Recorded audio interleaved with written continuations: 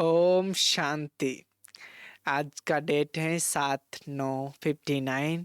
Class का headline है, मातेश्वरी जी की क्लास का हेडलाइन है, 5 विकारों के कर्म बंधनों से छूटना ही सच्ची स्वतंत्रता है।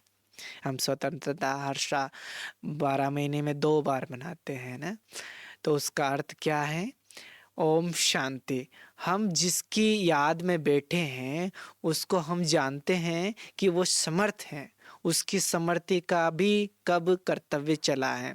निराकार पने की समर्थि नहीं है, जरूर साकार में समर्थि का कर्तव्य चला है, तब गायन हुआ है ना।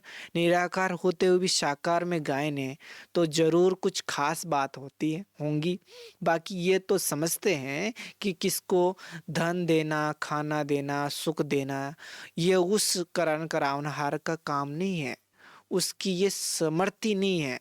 अगर ऐसा तो हो तो फिर सबको सुख देवे, फिर कोई सुखी और कोई दुखी क्यों? सुखी होते भी मनुष्य संतुष्ट नहीं है, सुखी होते भी मनुष्य संतुष्ट नहीं है, तो क्या ये परमात्मा का कर्तव्य है? अब हमारी बुद्धि का ताला खुला है तो हम जानते हैं कि परमात्मा की समर्थी क्या है। परमात्मा ने जो सुख दिया है वो सुख भिन्न है, तभी परमात्मा के कर्तव्य का गायन है। बाकी इस जीवन से परमात्मा का कर्तव्य सिद्ध नहीं होता। परमात्मा ने ये जीवन नहीं बनाई है, वो कुछ और ऊंच जीवन थी जिसका गायन है। वो ऊंच सुख की दुनिया थी, मनुष्य नहीं जानते हैं उसको। सर्व सुखदाता समर्थ तब कहा जाता है जबकि मुक्ति और जीवन मुक्ति दोनों ही आकर देते हैं। और क्या करते हैं? और सभी धर्मों को मुक्ति में भेज देते हैं। बाकी जो गाय लायक बनते हैं उन्हों को राज्य भाग्य दे खुद वापिस चले जाते हैं। क्यों चले जाते हैं? क्योंकि प्रारब्ध तो आत्माओं को ही भोगनी पड़ती है। हमको वो नॉलेज मिली है, सुख मिला है, तभी गायन करते हैं और उस उनसे योग लगाते। परमात्मा कहते हैं इस सृष्टि में मेरी याद का तो अंश ही नहीं है। माया ने एकदम बुद्धि का ताला लगा दिया। हमें दिन भर में देखे कितनी बार माया बार बार बुद्धि इधर से उधर किधर भटकाती है। तो बुद्धि में एकदम ताला लगा दिया है। बाकी परमात्मा बाप कभी किसको दुख नहीं देते। उसको कहा जाता है सुखदाता, न कि दुखदाता।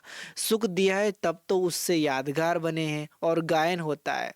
अब माया ने अपवित्र बनाया है जिस कारण ही मनुष्य दुखी बने हैं। मनुष्य ये जो स्वतंत्रता कहते हैं, लेकिन जब हम तक 5 विकारों के कर्म बंधन से न छूटे तब तक स्वतंत्रता हो नहीं सकती।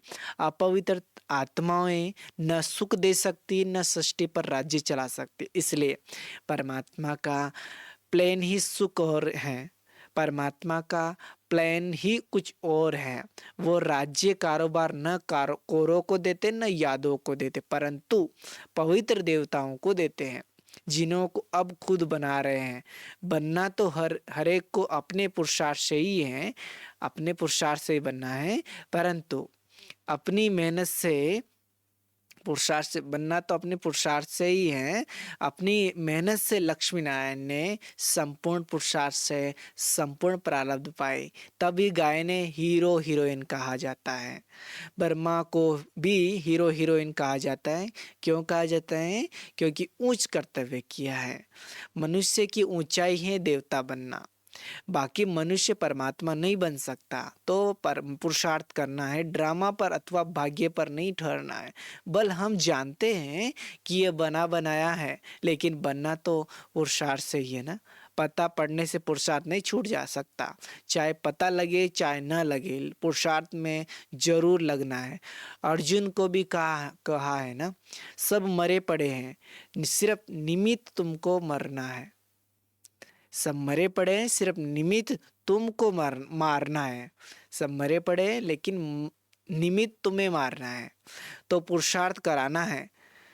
पुरुषार्थ कराया ना, पुरुषार्थ बिगड़ ठ हट पर ठहरने से काम नहीं चलता। नहीं तो फिर हाथ मसलना पड़ेगा। श्वास पर तो भरोसा नहीं है, शुभ कार्य में देरी नहीं करनी चाहिए।